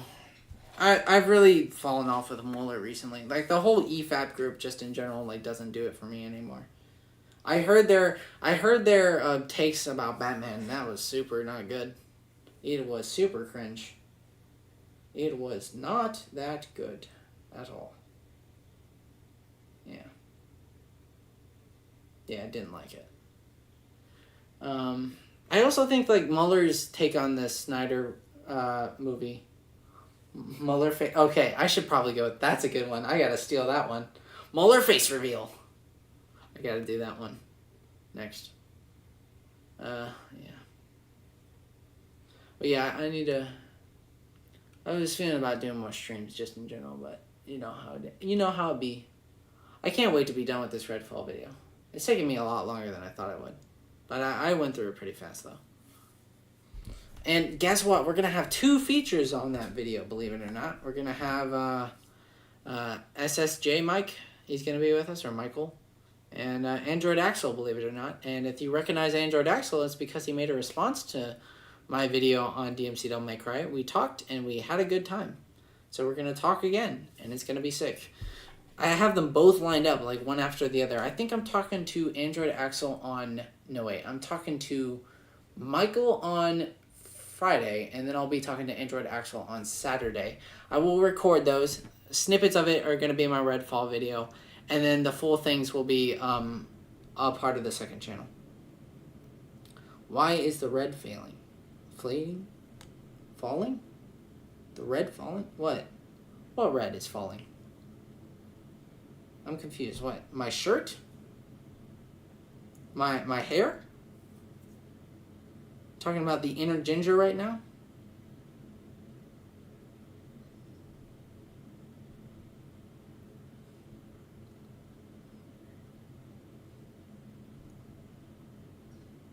Oh, Redfall. Oh, it's a red... God, I'm so stupid. I should have seen that one coming. Yeah, why is the red falling? That's a good question. Why is it falling? Who pushed it? Did they do it themselves? Was this an attempt on suicide? I don't get it. Yeah. But I swear, next stream, I swear this time, I want to connect my Xbox to the computer. I will figure out how to do it. I will do it somehow. I am very determined. And I plan to do that. And we're going to play some like DMC on stream. I'm just going to play a bunch of character action games and just talk to you guys. Because guess what? My gaming setup is right there. That's sick. In my old house, it was all the way in the living room, so I had to go all the way over just to get from my computer to the Xbone. But now it's like right beside me. I literally do it while editing. Like when my video is rendering or like it's taking a while for me to load in assets, I literally just start playing random games on there. And I plan to finish Persona 3. I plan to. But it's like such a hard... It's not as addicting as Persona 5. I just really want to play Persona 4. But I feel like I must finish with Persona 3 first.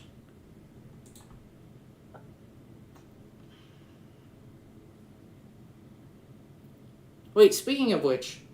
Wait, I don't even need this anymore. Hold on. I can look over here on my computer. Let me see. Have you guys seen the this tweet?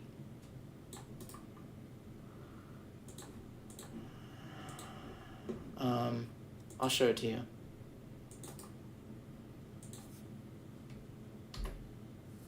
That tweet is bizarre.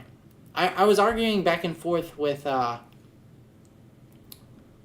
someone, I don't know when exactly. But it was over the reboot because some guy was like, oh, it's trash or whatever. And I was like, yeah, but it's actually not. And then this guy replied with the strangest tweet I've ever seen. Like, it was spelled wrong. It was very, very badly spelled wrong.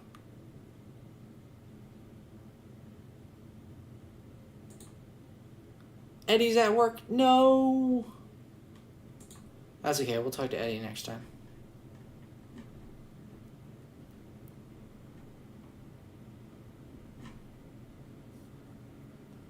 Let me see. Across the Spider-Verse. First of all, your take on Spider-Man was pretty based. Homecoming. Yeah. No Way Home. No Way Home's high. No Way Home is like You put Net like 3. I don't know that. It's a good movie. Anyway. But yeah, that tweet was terrible. And a lot of the comments were as well. But anyway. Alright. I think I'm going to end it here. We went out with a bang. And by bang, I mean... I don't know. Yep. I think we're all good. We're all good to go. Let me see. Let's see if there's anything else that anybody said that... No. Anyone mention anything? I'm checking anything just to see if anybody responded to anything I did. Man, I really catched everybody at a bad time. Ooh, I could join the voice chat in here. I'm so tempted. What are they talking about? I'm tempted. I'm very tempted.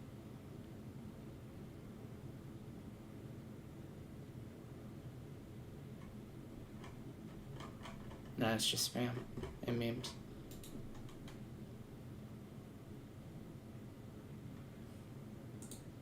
Anyway, I'm definitely going to end it here. Alright, thank you very much for watching. That's the end of this stream. Had a lot of fun. Watch my Redfall videos coming out this month. It shouldn't take me that long to edit the conversations with Android Axel and Michael. So that'll be fun. Check out the second channel. It's linked in the description if you want to see it. It's called Talking with James. I plan to post more on it. Yeah. Anything else to shill for? I don't think so. I can't wait for the next stream. Yeah. I promise to do more streams, honestly. But next stream, I want to bring in, like, do voice chat in my server or something like that. Because I do have the time now. Because what I'm going to do for videos is I'm gonna release it, like, once. And then I'm just going to wait multiple months. Like, 3 or 4. And then I'll get started on the next one for big videos. That way I have time to work on the second channel, personal stuff, and, of course, streams. So, but yeah. Maybe next time we'll cover some of EFAP's stuff, but we'll see. We'll see. Anyway, I think that's it for me.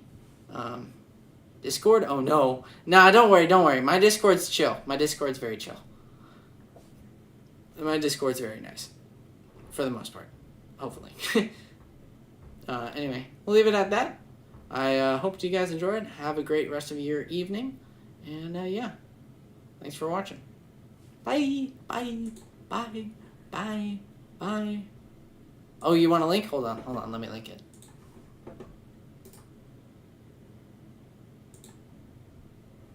Hold on. Alright. Let me send it to you. There. There you go. That's my Discord link. Okay. Now it's time to go. Bye-bye. Bye-bye. Bye-bye. Bye-bye. Bye.